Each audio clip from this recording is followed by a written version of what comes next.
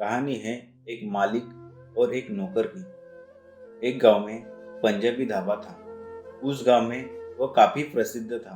लोग वहां पर आते और बड़े चाव से खाना खाते। परंतु उस ढाबे पर एक नौकर ऐसा भी था जिसका काम में मन नहीं लगता था।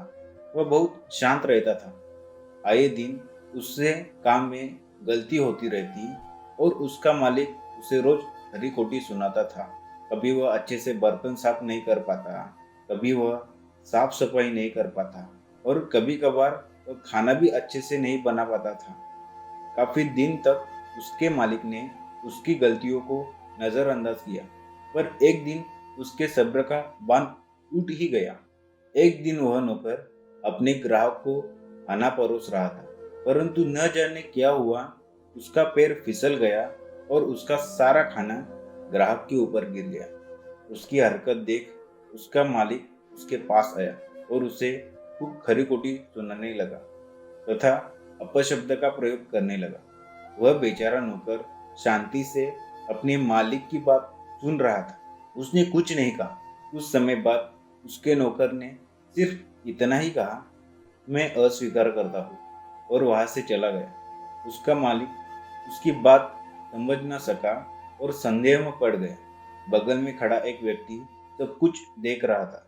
उसने बड़ी समझदारी के साथ उसके मालिक को एक उदाहरण के जरिए समझाया। उसने पूछा, क्या तुम्हारे घर कभी कोई मेहमान आते हैं? ढाबे के मालिक ने कहा, जी हाँ, आते हैं। तो तुम उनके स्वागत तथा खानपान की तैयारी अवश्य करते होगे। मालिक ने कहा, जी हाँ, हम अतिथि को भगवान मानते हैं और उनका स्वागत व खानपान की तैयारी दिल से करते हैं।